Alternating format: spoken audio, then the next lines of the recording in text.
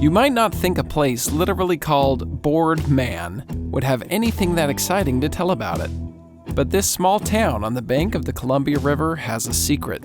And if you were to ask any of the roughly 3,500 people that live here if we should let that secret out, well, as it turns out, the ayes have it. Of course, we're talking about potatoes. Oregon Potato Company, to be exact. Producer of premium quality dehydrated potato flakes and flours. We're here to see what they do, how they do it, and how they stay safe around the many, many moving parts. Oregonians are anything but ordinary. We're traveling the state to find the weird and wonderful jobs people do, and how they stay safe doing them. I'm Corey Jenkins, and this is Oregon Odd Jobs. I'm here today with Luke Norenberg, the PM, which stands for Plant Manager, but I prefer Prime Minister of Potatoes. Our first stop on the tour was potato storage.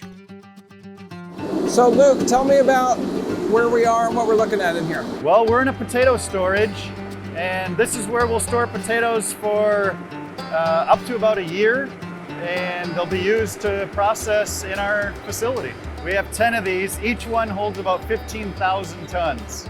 The plant eats anywhere from 700 to 800 ton per day. 7 days a week. That is hard to fathom, 7 days a week. It's a lot of potatoes. When you're sleeping, this plant is producing. Wow, that's amazing. Yeah. The keys to storing potatoes are temperature and airflow. Giant pipes underneath are constantly injecting air into the pile. The top of the pile is kept flat and smooth, and each day, a worker walks a catwalk, looking for signs of potato sinkholes, which indicate an area of rot that needs removed. The whole process of turning potatoes into potato flakes starts here, with a worker riding this contraption, which looks like an odd mix of a riding lawnmower and a vacuum cleaner. He slowly chips away at the mountain of potatoes by ramming it into the pile, sucking up the potatoes, and sending them onto a conveyor belt and into the back of a truck. The truck gets weighed and drives across the road, where it then dumps all the potatoes back out again and onto another conveyor belt, this one designed to shake off the bigger clumps of dirt. Then, after an initial wash, off they go, continuing their journey into the processing plant. The workers here used to have to use rickety, rolling staircases to reach all the machinery. Luke saw an opportunity to improve workplace safety and installed brand new permanent stairs and railings throughout the facility.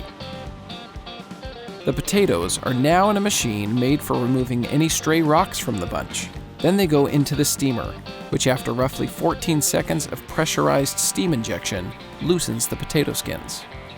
Stainless steel grating keeps the employees from leaning up against or touching any hot metal, and the steel is also good for food safety, with no rust mixing in with the potatoes.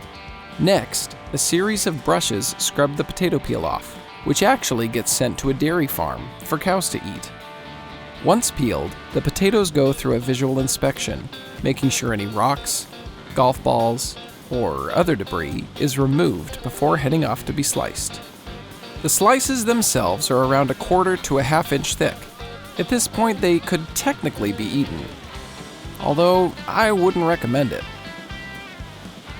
The slices are then steamed, cooled off, and ready to be cooked on giant tumblers, where they start to resemble the mashed potatoes you and I are familiar with.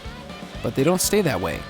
Instead, they come out as giant sheets, as thin as tissue paper. So if you want potato flake, there's your potato flake. And if you want potato flour, just keep going. There's your potato flour.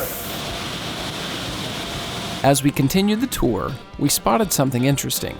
Okay, so Luke, we came around the corner and there's a vending machine which is unlike any vending machine I've ever seen. What is it? This is a PPE vending machine. So employees never run out of the PPE they need. Wow, so how does it work? So it's as simple as the employee uses their badge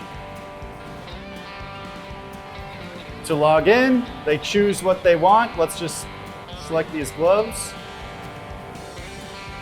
And then out they come. And I'm ready to go to work. Back to the potatoes. The flakes are sent off to be scanned for quality and color. Any that don't make the cut end up here, waiting to be turned into dog food. The remaining flakes get ground up and sorted by size and packaged, ready to be shipped around the world and used in the snack industry, bakeries, and of course, instant mashed potatoes. With that, Luke and I headed back to the office for some shop talk. Luke, for other companies, what advice would you give them to better their safety efforts? I think the number one thing I would, from my experience, would be to use your resources. And SAFE is a great resource. You're partnering with the right people, the people that want to make you better as well. And so that would be my advice, is to reach out, because there's a lot of people out there willing to help. With the right leadership and surrounding yourself with the right people, you can make a significant impact. Work is a common topic at the dinner table. And when that employee can be proud of where they work, that means everything to me. Do you ever get sick of potatoes? No. Do you go home and you're like, no potatoes, I'll have something else? I'm from the Midwest, and it's not a meal unless there's a potato on the plate.